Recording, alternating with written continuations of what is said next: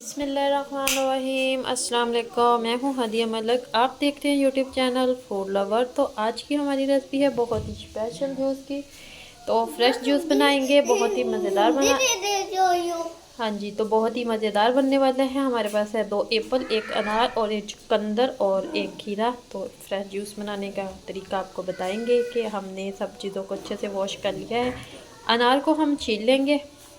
तो बनाना स्टार्ट करते हैं।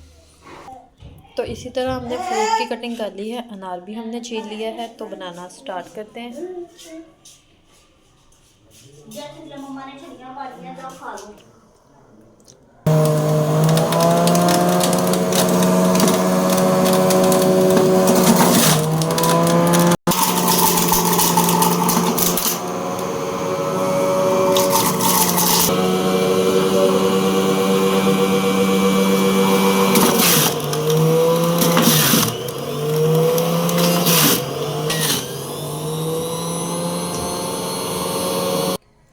तो इसमें थोड़ा सा डालेंगे काला नमक और मिक्स करेंगे अच्छे से।